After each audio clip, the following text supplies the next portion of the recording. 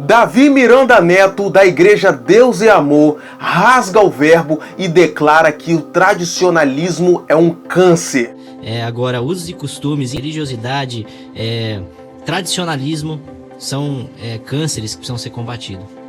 É dessa forma que eu enxergo. E aí, amigos e haters, está começando mais um vídeo aqui no canal. Se você não é inscrito, já se inscreve, mete o dedo no like e muito obrigado por me acompanhar aqui. No vídeo de hoje nós vamos falar do Davi Miranda Neto, que vem a ser, obviamente, neto do finado pastor Davi Miranda, da Igreja Pentecostal Deus é Amor. Davi Miranda, que é um lendário pastor aí, que por muitos anos ele levantou a Deus e Amor e fez a Deus e Amor ser conhecida principalmente pela sua rigidez, por seus usos e costumes ser bem tradicionais, não cortar cabelo, não assistir televisão, não poder se depilar, dentre outras coisas, pintar cabelo, dentre outras coisas que também tem na Assembleia de Deus. Mas o Davi Miranda ele tinha ali um peso a mais nas suas convicções. Tanto é que hoje não existe mais aquela assembleia tradicionalíssima. Não tem. Já Deus é Amor, ainda nas suas vestes, ainda na sua aparência, eles mantêm esses usos e costumes aí que o pastor Davi Miranda, ele aprendeu, alguém ensinou ele e ele veio disseminando de lá pra cá até a sua morte. E o neto dele, Davi Miranda Neto, que é pastor da própria Deus é Amor, ele declarou que o tradicionalismo, que esses usos e costumes exacerbados, isso é um câncer dentro da igreja. Muita gente criticou ele, meteu o pau, falou que não, como assim? Esse cara não é crente, que não sei o que, tá desrespeitando o avô e tal. Mas não foi também bem assim que ele disse, né? Havia um contexto, havia ali uma conversa para que ele declarasse isso. Sites de notícias, né, os Instagrams de notícias, eles não vão colocar isso, eles não vão colocar que Davi Miranda Neto declara que é um câncer e tal. Mas não é bem assim, não explica o porquê. E eu, assistindo a entrevista, vou deixar para vocês o vídeo aqui que ele falou isso. Ele estava num podcast, ele estava numa entrevista ali, e aí surgiu o assunto tradicionalismo, religiosidade, legalismo, usos e costumes exacerbados. E nesse papo ele declarou isso aí. Tanto é que ele é da Igreja Deus e Amor. Tanto é que ele é pastor da Igreja Deus e Amor, né? Porque se ele achasse mesmo que o tradicionalismo é uma desgraça, ele não estaria na Deus e Amor, né? Só que no contexto que ele falou, ele acha que o tradicionalismo é um câncer e eu concordo com ele. Realmente, o tradicionalismo, o legalismo, os usos e costumes exacerbados que nada tem a ver com a Bíblia é um câncer. Assim como a sua idolatria pela sua imagem é um câncer, assim como a sua idolatria pelo seu cantor predileto é um câncer, assim como a sua idolatria pelo seu pregador predileto é um câncer, assim como a sua idolatria pela sua teologia é um câncer. Então tudo que é demais, tudo que vira fanatismo, tudo que vira religiosidade é um câncer. Seja na Deus e Amor, na Assembleia, na Metodista, na Batista, na Wesleyana, aonde for, no ateísmo, lá no judaísmo, se vira fanatismo, é câncer. É câncer, pronto, não tem o que discutir. Se a partir do momento que a minha crença vira um fanatismo, aquilo é um câncer. Porque é demais. Tudo que é demais estraga. Então, a partir do momento que eu viro fanático, só o meu presta. Só aonde eu tô presta. Só o que eu falo presta. E o do outro não vale nada. O do outro não tem valia. O do outro não presta. E isso não tem nada a ver com o Evangelho de Jesus. Jesus não era um fanatismo. Jesus não era fanático. Jesus não era idólatra. Muito menos ele era religioso. Então, por aí você já vê o que é e o que não é, certo? Eu nasci numa igreja totalmente rígida, naquela Assembleia das Antigas, né? Na década de 90 ali, as assembleias eram extremamente rígidas. Não tinha ainda muitas assembleias neopentecostais, né? Que a gente chama, que já tem um pouco de liberdade para você pintar uma unha, para você a mulher cortar o cabelo, pintar o cabelo, usar uma calça, usar um short, ir à praia, assistir televisão, ter um lazer, né? Não tinha muita igreja desse nível, era muito pouco. Todos vinham nesse mesmo caminho. Davi Miranda e o meu avô também, que veio nesse caminho construindo, hoje já não é bem assim. Então as coisas vão mudando. Só que as pessoas falam, é o mesmo Deus. O mesmo Deus antigamente é o mesmo Deus de hoje. Mas eles falam isso com um certo relativismo. né? Mas eles falam isso, mas tem a televisão em casa, né? Eles falam isso, mas eles vão à praia. Mas naquilo que eles não fazem, aí eles colocam que Deus é o mesmo de antigamente e ele não muda e a palavra não muda, né? Mas é muita hipocrisia. Há muita hipocrisia nesse meio aí. E eu, graças a Deus, fui liberto desse sistema, fui liberto dessa coisa, dessa bolha de que não, só aqui que presta, é só aqui que vai pro céu, é só aqui que a gente tá fazendo certo. Graças a Deus eu não pertenço mais a essa bolha. Hoje eu sou livre, a minha mente é livre. Só que eu tenho pessoas conhecidas, tanto meu pai, familiares, que ainda tá nesse sistema. E eu super respeito, sem problema nenhum. Só que eu também exijo respeito. É simples, eu respeito, mas eu também exijo respeito. Então se você quer ficar aí, se você pensa assim, se Deus te usa assim, do seu modo, show de bola, beleza, só não critique o colega, só não critique o irmão, só não critique o seu semelhante, que não é usado por Deus nesse sistema que você está. Porque a Bíblia diz em Romanos que aquele que come carne, ele come carne para o seu Deus. Aquele que come legume, para o seu Deus ele come legume. Então Deus o aceitou assim, o que come carne e o que come legume. O que come legume não critica o que come carne. E o que come carne não critica o que come legume. Porque os dois foram aceitos pelo seu Senhor. Os dois fazem tal coisa para o seu Senhor. Então ali é muito claro. Cada um fica na sua e faz o seu para o seu Deus. E Deus os aceita assim. Pronto. É certo. Agora, no último dia a gente vai ver quem é quem não é, quem vai subir, quem vai ficar, quem apontou o dedo, quem não apontou. No último dia vai ter muita surpresa. Então, não gasta sua energia apontando o dedo para os outros, não. Não gasta a sua energia dizendo quem vai subir, quem vai ficar, quem tá certo, quem tá errado. Não gaste, meu irmão, porque naquele dia vai ter muita surpresa. E o que ficou aqui gastando energia, apontando o dedo, não, que tá errado, que vai pro inferno e que Deus não trabalha nisso. Ele te falou? Ele te falou que não trabalha nisso? Ele te falou que não trabalha numa coisa e no outra? A Bíblia diz que Deus confunde os grandes para usar os pequenos. Então talvez você está se achando gostosão aí e você está passando vergonha. Aquele que você fala que é o capeta, que é o Satanás que está nele, e é Deus que está usando ele para fazer algo que você não faz. Então vamos parar de apontar o dedo e vamos viver cada um a sua vida, o seu Deus, com a sua fidelidade e com a sua verdade. Porque Deus sabe quem é verdadeiro e quem está querendo fazer o certo. Beleza? Agora eu vou deixar a entrevista aí do Davi Miranda Neto sobre o que ele falou do câncer, do tradicionalismo ser um câncer. Dá uma olhada. Para as mudanças que estavam acontecendo dentro da igreja tão rápido, porque eu sempre fui cabeça muito aberta. Sim. Primeiro que eu era pastor de tempo integral, mas eu não era mantido pela igreja. Né?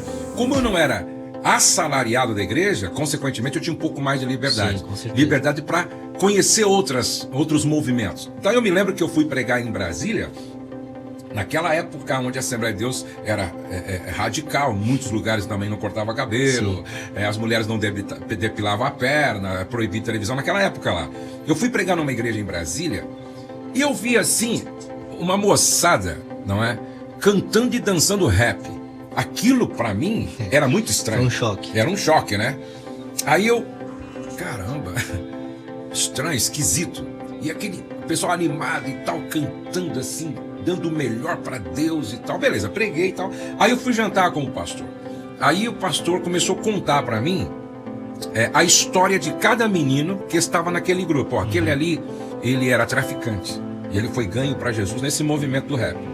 Ó, aquele ali estava preso, foi ganho também para Jesus. Ó, aquele ali era viciado em cocaína, tá? Foi ganho. Aí ele começou a mostrar, porque era um trabalho de evangelismo muito efetivo. E que aqueles meninos ali, libertos agora, estavam cheios de Deus. Falei, caramba, então eu estou errado. Eu tenho que mudar essa minha maneira de enxergar. Então ali começou, peraí, eu preciso entender. Aí eu ouvi uma mensagem de um grande pregador da minha época, dos anos 90, até eu disse pro Douglas assistir também, onde ele fala sobre o vento do Espírito. Ele diz o seguinte, olha, o texto diz lá que o vento sopra onde quer, ninguém sabe para onde vem, é um movimento do Espírito, nem para onde vai. E esse cara falava o seguinte na mensagem, olha, tem lugar que o vento está soprando forte, tem lugar que está soprando mais ameno, tem lugar que o vento está soprando numa direção, tem lugar que o vento está soprando numa outra direção. Exato. E aí a gente precisa entender esse movimento do Espírito Santo, porque o Espírito Santo é livre. E o Espírito Santo, ele não está preocupado com a questão cultural que não seja imoral. Isso. Certo? Se não for imoral e for cultural, por exemplo, os índios. Quem é que mandou ir lá falar para os índios colocar roupa? Isso não está no Evangelho. Exato. Não é verdade? Isso é da nossa cabeça. Mas na cultura deles, aquela era a maneira certa. Então, eu acho extremamente errado quando alguém chega numa tribo e quer mudar a cultura quando não há imoralidade. Exato. Certo? Aí eu acho que nós, da Assembleia de Deus e vocês da Deus e Amor, nós perdemos muito com isso e estamos perdendo, de repente, a nova geração. O mundo hoje está mudando muito rápido. Então, se a gente não se fundamentar na essência do Evangelho, que é caráter, que é amor, que é intimidade com Deus, que é moralidade sexual e tantas outras moralidades, a gente vai perder o bonde, a gente vai perder o vento do Espírito Santo. Exatamente. Porque Deus, ele vai continuar agindo para a geração atual. Então, eu até vejo, eu tô com 32 anos, já tem a geração TikTok aí que eu também não tô pegando, né? Porque eu não tenho essa mentalidade. Eu também não tenho. Não consigo. Aquelas dancinhas dos caras, aí já é muito, né? Aí já é muito. Já muito, não falo. Muito. Mas assim, é dessa forma que Deus age. Então, se a gente se apega muito a uma época, a uma cultura, usos e costumes, a um formato que Deus fez lá no passado, a gente perde o presente e o futuro de Deus. Exatamente. Então, assim, eu tô muito disposto a estar sempre fora da minha zona de conforto, buscando experiências novas, e quantas experiências novas eu tenho vivido aí nos últimos anos, porque eu me expus a isso, falando, deixa eu tirar meu preconceito aqui e pagar pra ver, porque às vezes pessoas que você nem imagina que são de Deus estão sendo usadas de uma forma gloriosa. Meu Deus. E você acha que não, porque lá atrás Deus usou de uma forma diferente outra pessoa. Você estava falando sobre religiosidade, esse ranço que fica dentro da gente. Cara, eu me lembro que quando eu estava por esse processo de libertação ainda dessa religiosidade, do legalismo, eu fui à praia. Eu não dormi de noite. A minha cabeça assim, meu Deus, eu pequei. Então eu fui à praia. Eu nunca vi meu pai de shorts, por exemplo. Eu nunca vi meu pai sem camisa, entendeu? Meu pai, ele sentava de costa pra televisão, entendeu? E isso vai ficando na criança, né? Isso vai ficando na criança. Fica entranhado. Né? Quando eu comprei minha televisão pela primeira vez, depois que eu casei, cara, pra mim, me libertar, pra mim, meu Deus, eu tô em pecado, meu Deus. Olha, muita coisa levou tempo pra sair de dentro de mim. Sim. Por quê? Porque você imagina quem está lá 80 anos, 70 anos, 50 anos, quem está lá. Então, por isso que a gente tem que respeitar também, que não é fácil essa mudança. É uma metanoia, né? Exatamente. E se não for pelo Espírito Santo, não acontece. Não acontece. Porque eu vejo muitos homens e mulheres de Deus, especialmente dentro da minha igreja, que não conseguem fazer essa curva. Não. Agora, a minha única preocupação, e fica aqui um alerta para todos que estão nos ouvindo, nesse podcast sobre a família do pastor, é que nós não podemos perder a essência. Sim. O meu único medo é que a gente não preserve aquilo que é essencial. Sim. Porque aqui entre nós, não é? Os nossos pais, os nossos avós levavam muito a sério Deus. Sim. Na sua, muitas vezes, ignorância, no sentido de não saber, certo? Mas ele levava muito a sério Deus. Eu lembro meu pai, como é que ele levava Deus a sério, né?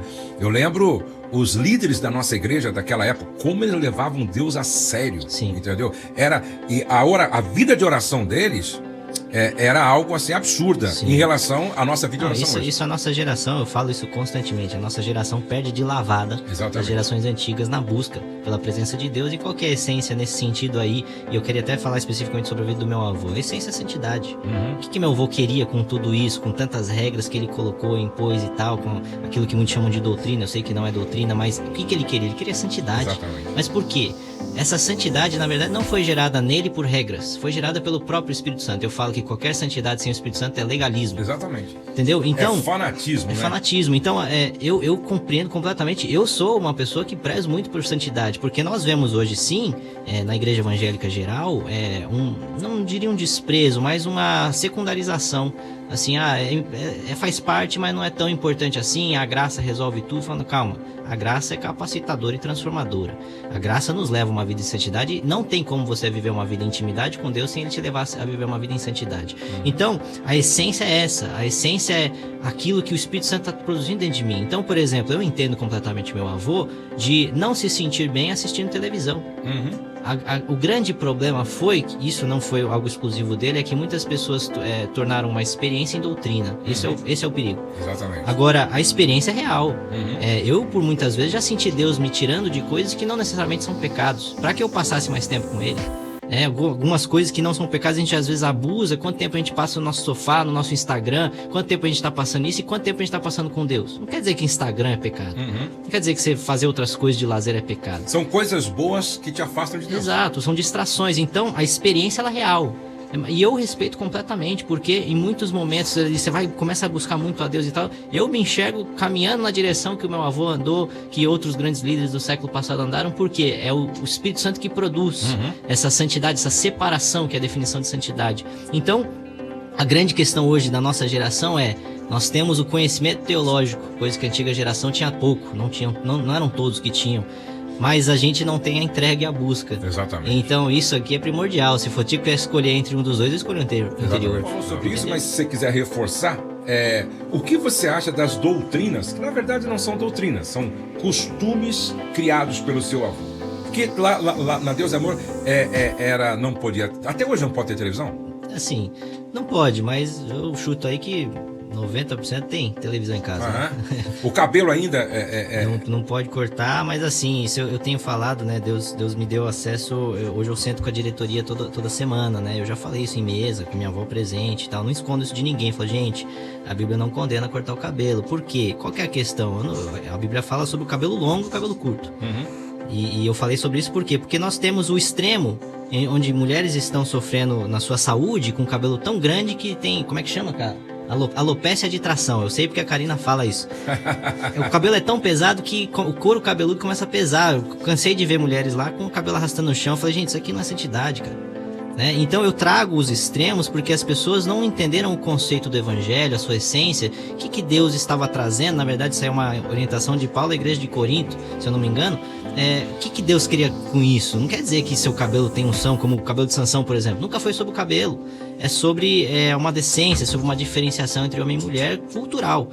Então, assim, é claro que eu entendo o que eles viveram, mas eu acho que se eu dissesse hoje, isso é o principal aspecto que afasta pessoas da igreja. Por isso que eu tô dando minha cara a tapa e apanhando, não tô apanhando de graça. Existe um grande custo de não se mudar isso. O grande custo é o que já aconteceu. 90, 95% da igreja, adulto ou idoso, discípulos do missionário do século passado, geração atual, cadê? Não tá. Porque a geração atual sabe que, isso aí não tem base bíblica nenhuma, entendeu? Então, assim, eu digo, se eu sou o maior defensor da real sã doutrina, eu só prego Bíblia, que quem mais eu pregaria, né? Agora, usos e costumes em excesso, religiosidade, tradicionalismo, são cânceres que precisam ser combatidos. É dessa forma que eu enxergo. O principal aspecto de vida é servir o nosso Deus, o nosso Pai.